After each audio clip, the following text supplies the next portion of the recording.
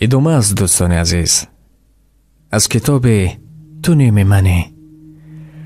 محمد حجازی میگوید بیهوده از دیگران انتظار محبت نداشته باشید. این محبت را شما باید در دل دیگران ایجاد کنید. بله، محبت در عائله سعادت بردوام ایجاد می کند. کمترین محبت می تواند تیرگی و ناصفایی را از بین ببرد. محبت نقشی است که در آن رابطه بین مرد و زن تجسم یافته است. محبت احساسی است که غم را به شادی تبدیل می دهد. بدون محبت زن و شوهر احساس عشق و صمیمیت و آرامش و اطمینان ندارند. بدون محبت بین مرد و زن مسافه زیاد است. به محبت آنها از کنار هم می گریزند. اما هرگاه عشق و محبت در خانه بخت حکم فرما گشت، محیط کلبه از لذت زیبایی معطر خواهد شد. نور محبت به قلب سرور و روشنی می بخشد.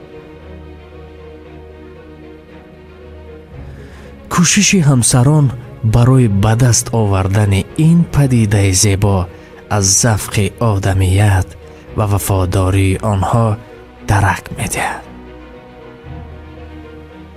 وقتی انسان به سلسله فیلم‌های خارجی نظر می‌افکند، منظره زیبا و رمانتیکی را احساس می‌نماید.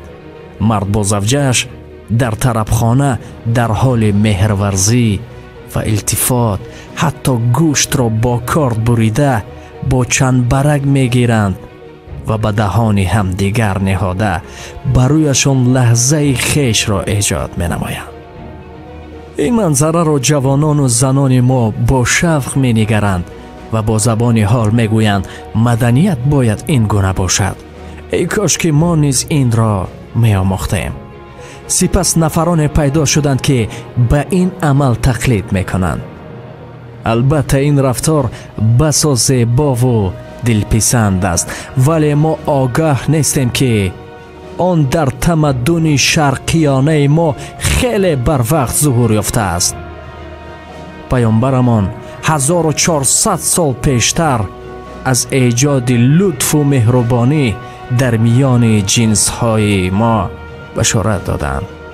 لقمه‌ای که مرد به دهان زوجه‌اش می‌گذارد بهترین صدقه است. دیروز در اخبار عامه شنیدم که در طول یک سال چند هزار نفر عائله ها جدا شدند. من نمیدونم حیات یا بازی است یا پول زیاده دارید که نمیدونید چگونه مصرف کنید. دائم میگفت بیبیم یاد دارم که زندگی برای شما بازی نیست. نصیحت میکنم در زندگی پرصبر باشید، کوشش کنید دل یکدیگر را بیابید. این است زندگی. شما خوب باشد ما خرسند، شما خرسند باشید همه خرسند. اگر عائله آرام باشد جامعه آرام است، کشور آرام است. تا برنامه دیگر، خدا حافظ.